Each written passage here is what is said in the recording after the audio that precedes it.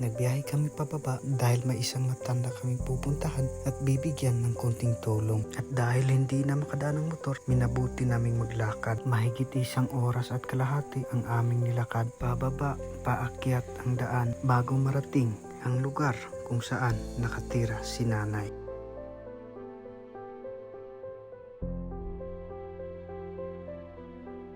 Mga kababayan, samahan niyo po ako sa video na ito.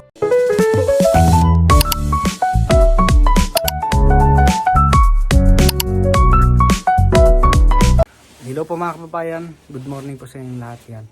So ngayon mga kababayan ay nandito pa Sitio Alon dahil ngayon pong umaga mga kababayan ay meron po akong pupuntahan doon sa baba. Meron po kaming pupuntahan, isa po itong matanda mga kababayan at bibigyan din po natin ng konting tulong, no, na galing po sa ating Panginoon at may ginamit siyang tao, no. So thank you po ulit kay Tita Nicole. So ayan, ito po yung dadalhin natin doon mga kababayan. So ngayon nagpabili muna ako ng mga kababayan, yung noodles tsaka yung kape para kahit paano mga kababayan ay meron pong paghapon ay meron pong maiinom. So yan, abangan nyo na lang po mamaya mga kababayan ang pagpunta namin doon sa baba.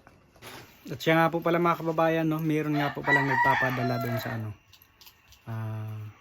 sa matanda na pupuntahan natin ngayon doon kay nanay kasi mayroong nagpapadala pang bili na ng chinilas mga kababayan, no. Ayan, thank you po sa iyo. At ngayon ko lamang po ito na kasi medyo busy po, so pasensya na po. At ito po siya mga kababayan, no, naamis lang po ko sa kanyang buhay. Glory of God, kasi kahit ganun na siya katanda mga kababayan, pero mas inunyan niya ang ating Panginoon. So ito po mga kababayan, panoorin niyo po. Nakunan ko po ito nung unang buwan nung nagsimba po kami doon sa taas, at in-upload ko po doon sa aking personal Facebook account. So meron pong nakakita doon at nagbigay pambili ng chinilas. So ito po mga kababayan, panoorin niyo po.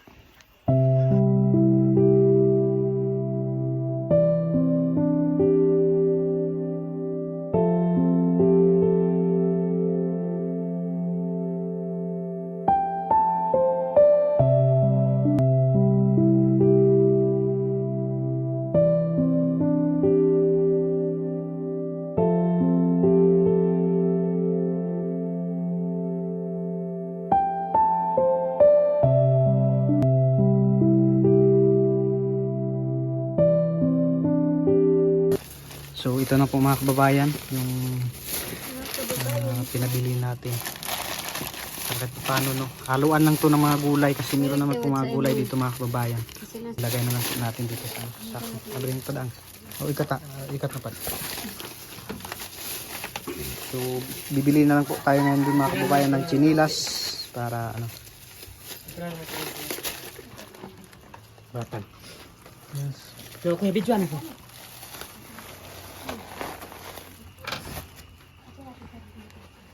Sinunod.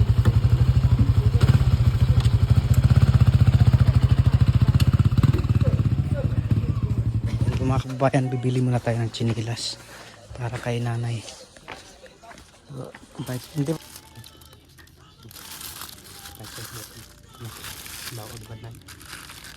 Maybe mungkin tawag baris ni daruan.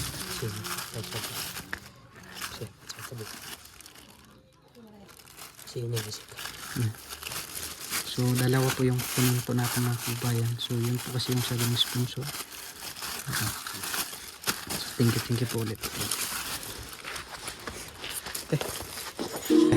So yan po mga kababayan, andyan na po dalawang chinilas. Papunta na po tayo doon sa baba.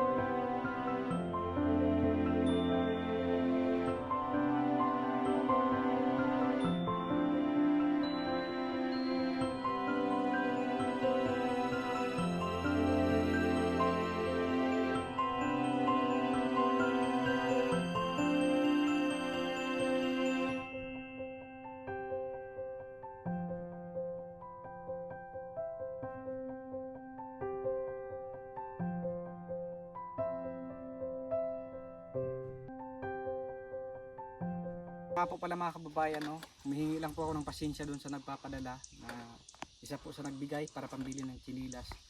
So ano po, pasensya na po kasi hinihintay ko po kasi na magkaroon tayo ng blessings para kahit paano ay madagdagan po yung maibigay po natin doon sa kay nanay, kahit paano meron po siyang makain. So sa awa po ng Panginoon ay meron siyang ginamit na tao, no, na si Tita Nicole, no, meron siyang blessings na ibinigay sa atin at kahit paano mga kababayan ay share din po natin, no. So thank you po ulit, no, kay Tita Nicole dahil kahit paano po ay makabigay din po tayo ng konting tulong sa ating mga kababayan dito, no?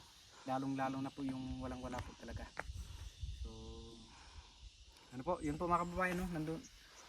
Kung nakikita niyo po yan mga kababayan, so taga dyan po si si nanay. So naaktuhan po kasi nung una mga kababayan na pumunta po siya doon sa Sitio Alon kasi may kasal po doon. So doon po mga kababayan ay na-bless po ako na-bless ako sa kanyang buhay kasi pumunta siya doon para sana mag-attend ng kasal. So dahil linggo po yon, so hindi na siya pumunta doon sa may kasal at pumasok na lang po siya doon sa simbahan. So sa nakikita niyo po kanina mga kababayan, yun po yung time na meron po nagkasal doon. So hindi na siya pumasok doon hindi na siya nag-attend doon sa kasal. So mas minabuti niyang doon sa simbahan, no. Kaya doon po na-miss po ako sa kanyang buhay kasi mas inuna niya yung ating Panginoon dahil yung mga bagay dito sa mundo ay mawawala lamang. So mas pinili niyang unahin yung ating Panginoon mga kababayan. Kaya ayun,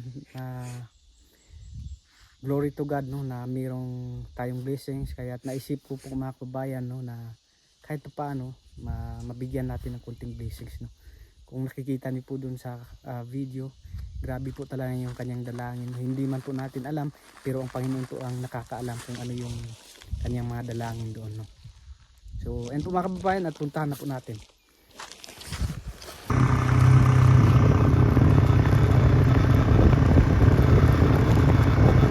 So ayan po mga kababayan, no, papunta na po tayo doon sa lugar na yon.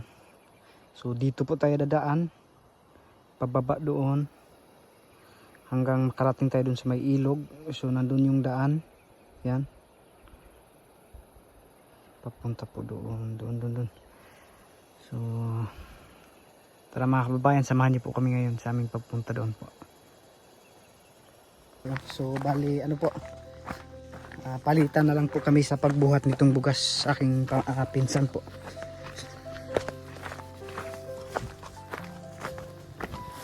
Samahan niyo po kami ngayon mga kababayan, no? Dahil malayo-layo yung lakaran po ito at medyo matirik yung daan po mga kababayan. So inulit po, thank you po kay Tita Nicole, yan, dahil sa kanya po at siya yung ginamit ng Panginoon, no, para kahit paano po mga kababayan ay makapagbahagi tayo ng konting blessings sa ating mga kababayan kasamahan po namin katutubo dito sa bundok.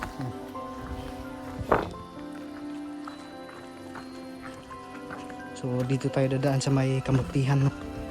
May kamuti.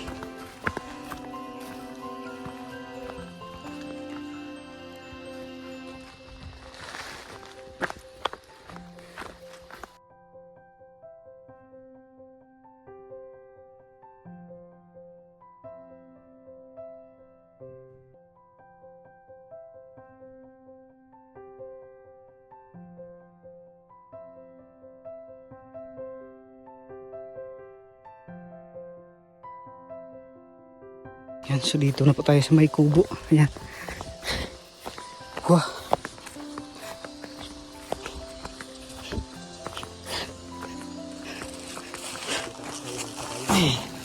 Pahinga muna tayo.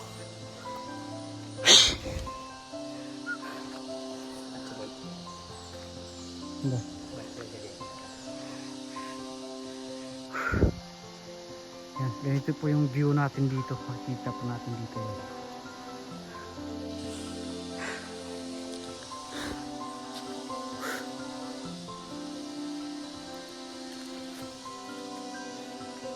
So ngayon, pagdating natin dyan sa ano, sa may ilog, sapa. So paahon na naman tayo. So pag uwi din natin mamaya, bababa, tapos pagdadaan naman dito ay paahon na naman, paakyat. Ayan. Pero okay lang po yan mga kababayan. Wow.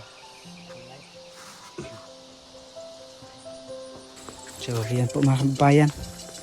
Continue na po ang ating paglalakbay patungo doon sa patutunguhan. Ayan.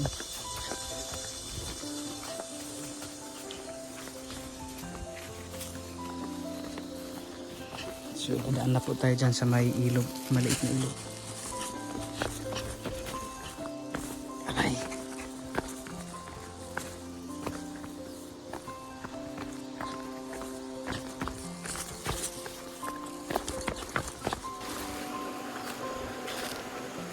Yan.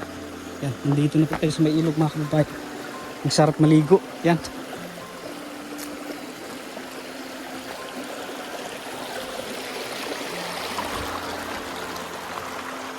Sapa. Maliit na sapa. Yan po mga kababayan. Grabe. Yan. Doon po tayo galing. Ako yay.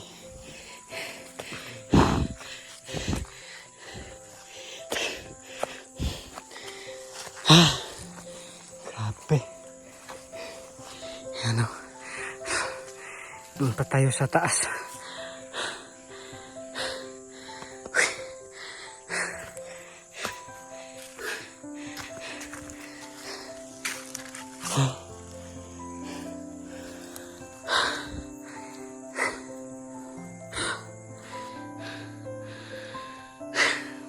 So yun po mga kababayan, doon po tayo galing kanina. Yan. Doon po yung kalsada.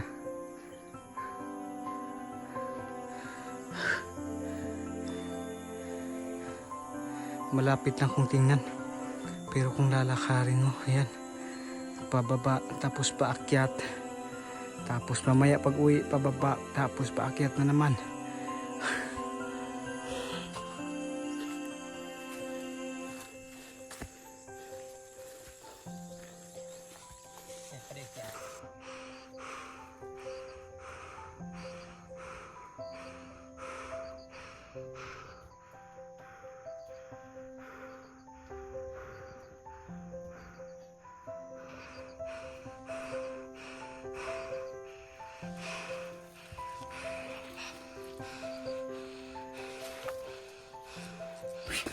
Yan, palitan na po kami mga kababayan.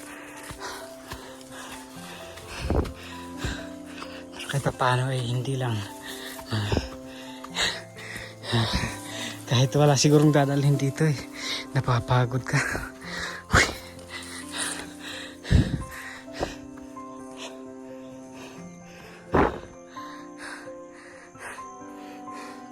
Pero bawi naman po sa mga tanawin.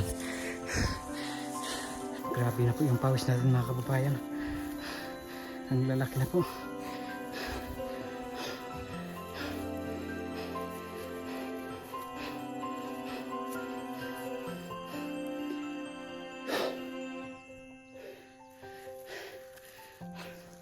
So, yan po mga kababayan. Nandun na po yung sityo nila. Ito yung sityo Kabantian po mga kababayan. Ano na po ito? Sa Barangay Gumitan. Sakop na po ito sa Barangay Gumitan.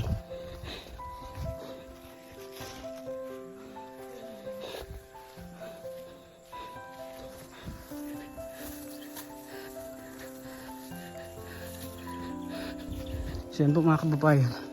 Yung isa din po sa simbahan po. Yan. Simbahan, ito din po ay kasama dun sa aming simbahan po mga kababayan sa is LSF kung Sound of the Living Stream Fellowships. Yan. So,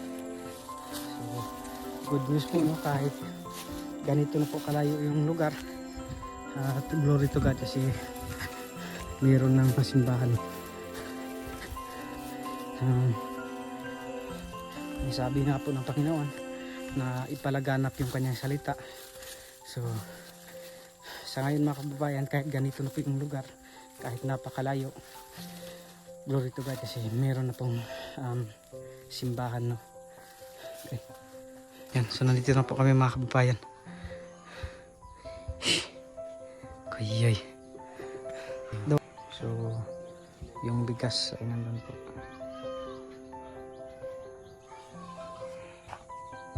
Mga ilang ay pabalik na rin po tayo pauwi. So thank you po ulit sa nagpapadala at kay Tita Nicole.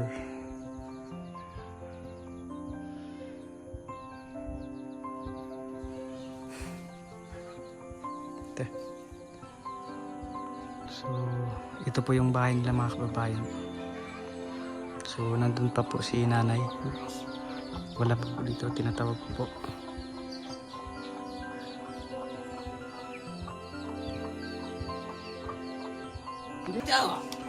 So yan po mga kababayan, naibigan na po natin. Thank you po ulit sa nagpapadala. Yan.